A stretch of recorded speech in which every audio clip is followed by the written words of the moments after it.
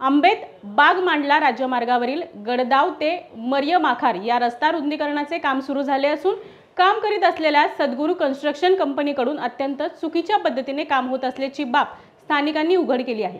अभियंता प्लॅनिंगनुसार हे काम होत नसून अनेक भागात मुख्य खडींवर मातीचा थर टाकला जातोय, त्यामुळे मनमर्जीनुसार काम सुरू असून भविष्यात रस्त्याची मजबूती धोक्यात येण्याची दाट संभावना वर्तवण्यात आली आहे। रस्ता रुंदीकरणासाठी ठेकेदाराकडून लिपापोतीचे काम सुरू असून ठेकेदाराची काम आवरण्याची अतिघाई कशामुळे अशा स्थानिकाचा प्रश्न उपस्थित केला आहे। या ठिकाणी सुरू असलेले रुंदीकरणाचे खोदकाम 6 ते 8 इंच तर काही ठिकाणी 10 इंच इतकेच खोदकाम नामधारी करत असून या कामासाठी शासनाच्या कोट्यवधी रुपयाचा निधी चुराडा करून गिळंकृत करण्याचे काम सदर ठेकेदार करत आहे। या कामासाठी अधिकारी वर्ग का दुर्लक्ष करत आहे असा आरोप स्थानिक नागरिकांनी केला असून सदर कामाची वरिष्ठ अधिकारी वर्गाकडे चौकशी करावी अशी मागणी स्थानिक करत आहेत।